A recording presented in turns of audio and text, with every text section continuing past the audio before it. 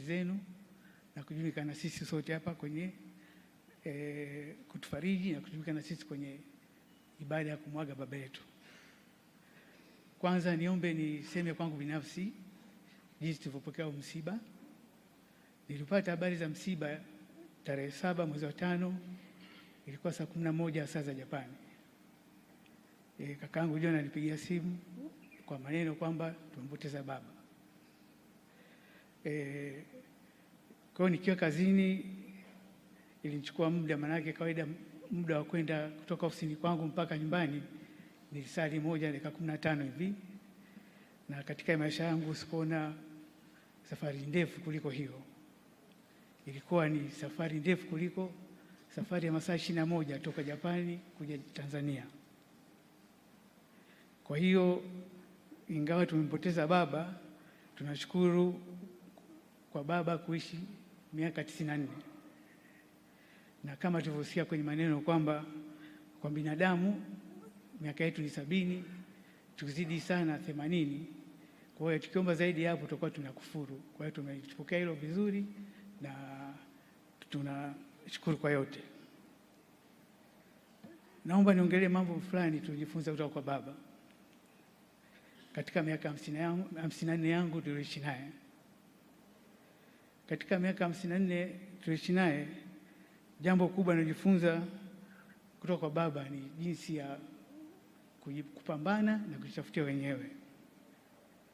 Kwangu mimi binafsi sikumbuki kama baba aliwahi kunipa hata senti moja kwenye mambo yangu ya binafsi. Alisisitiza nipambane wenyewe na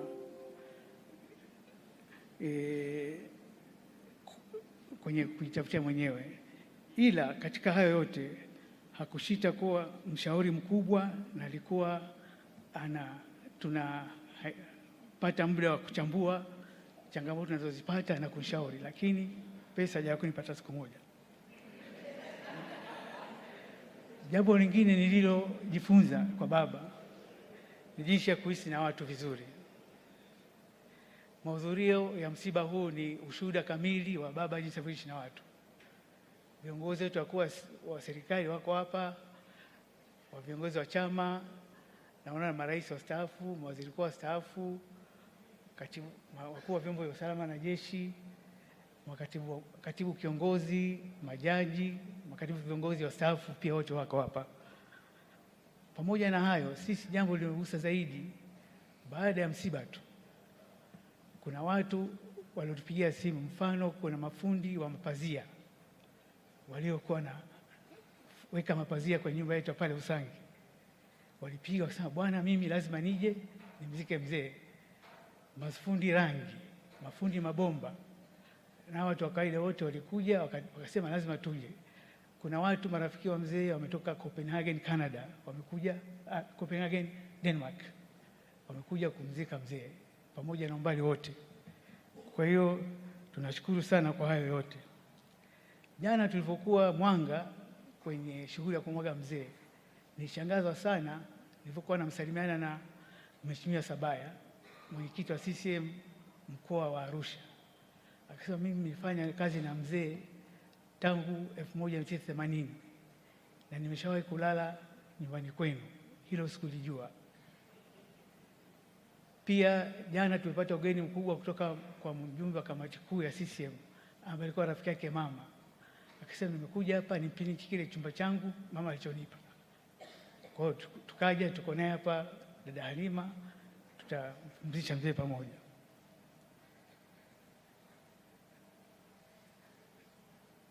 Lingine ambalo kubwa nimejifunza kwa mzee, sio katika hiyo miaka 53 ya mwanzo, ni katika hii miezi 6 ya mwisho. Tangu Novemba mwaka jana mzee alikuwa anasumbuliwa, akawa hayuko mobile, na tulikuwa na utaratibu kila mwisho wa mwaka tunakuja Usangi, tunakutana na familia. Mwaka huo tukasema, bwana, sisi tunaomba, kwa sababu safari ya kutoka Usangi, kutoka Dar es Salaam mpaka Usangi ni masaa 7 na kwenye gari na nini. Tukamwambia, bwana, pumzika Dar es Salaam, alafu kama unataka kushiriki tutashiriki kwa mtandao. Akasema, hapana, lazima nije. Kwa kuwa yeye alikuwa ni yeye ni mtoto wa 5 katika familia ya mzee David Mhako, lakini alikuwa kiongozi wa familia kwa sababu yeye ndiyo pekee alibaki kama wanafamilia. Kwa hiyo akasema tuje Usangi tufanye kikao cha familia, na katika kikao hicho akatengeneza mfumo kwamba mimi nataka kukabidhi uongozi kwa mtu mwingine. Kwa wanafamilia tukakaa tukaamua kwamba tunakabidhi kigoda cha Mhako kwa kaka yetu Victor. Naomba kama yupo naomba asimame. Huyu ndio kiongozi wetu, na kwa hiyo tulipitisha mfumo na mzee akakisha tunajadili kila kitu, na nadhani ni miaka minne huo uongozi.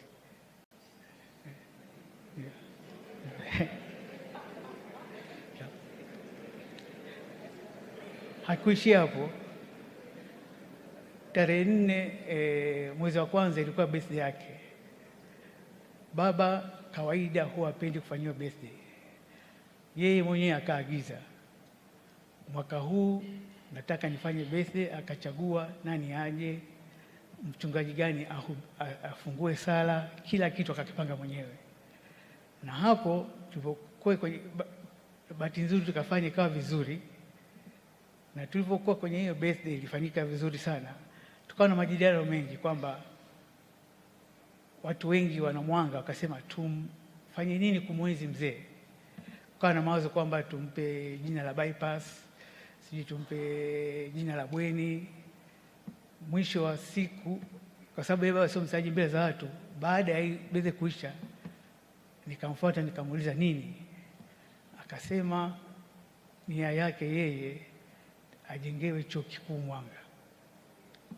Na chuo kikuu cha aina gani? Akasema sio hivi vyuo vikuu vinavyotumia mitambo mingi sijui nini, tutumie brain power, ambacho alisema ni biotechnology au IT. Kwa hilo ndilo jambo alilotupa. Lingine alisisitiza sana hii benki ambayo alikuwa muasisi wake, mmoja wa waasisi Mwanga Hakika Benki. Hii benki tuikuze iwe sawasawa na makina CRDB na kina NMB. Kwa hiyo hayo ndio nia yake ya baba. Sasa mimi katika hayo yote nimejifunza nini?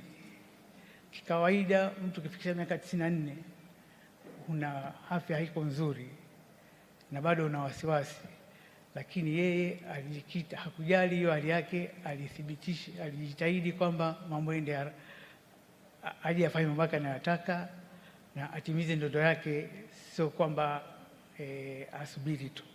Na pia kilichonifunza zaidi kwamba aliweka kipaumbele kwa jamii zaidi, sio familia yake mwenyewe. Mwisho ningeomba kutoa salamu za shukrani kwa serikali ya Jamhuri ya Muungano wa Tanzania chini ya uongozi wa Dr. Samia Suluhu Hassan kwa kumpa matibabu mzee alipokuwa anaugua na kushika msiba huu. Pia kipekee naomba nimshukuru sana dada Nyasinde toka utumishi, ameratibu sana msiba huu vizuri.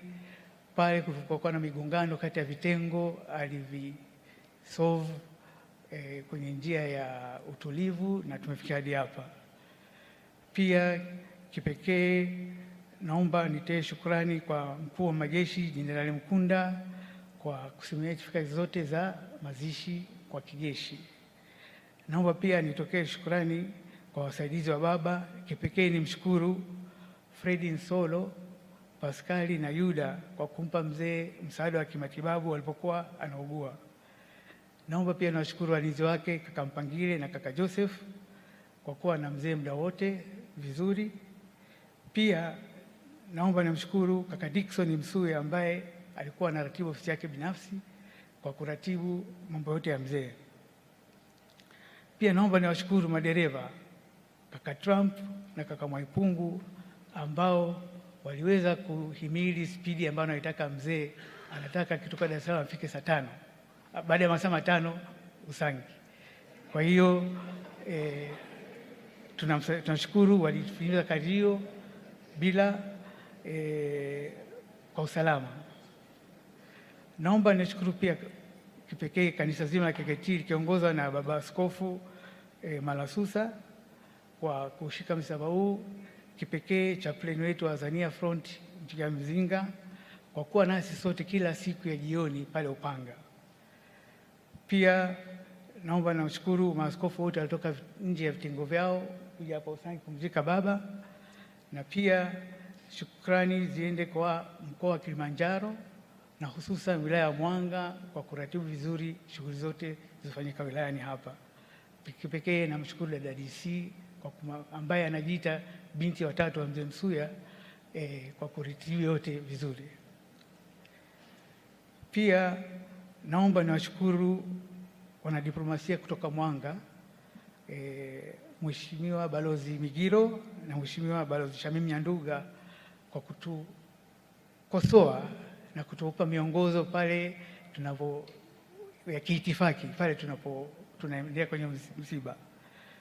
Pia naomba kushukuru familia ya Mhako na familia ya Mchangila, na tunaomba tuzidi kuendeleza umoja wetu ambao baba alipandikisha chini ya uongozi wetu wapya Brigedia kaka Victor na Brigedia Mbazi Msuya kutoka kwa wanafamilia wa Shikatini. Sitoweza kumtaja mmoja katika hotuba hii, lakini tunashukuru kwa wote walioguswa na kuja na kushiriki na sisi na kutufariji kwenye msiba huu. Asante sana kwa kusikiliza. Bwana ametoa na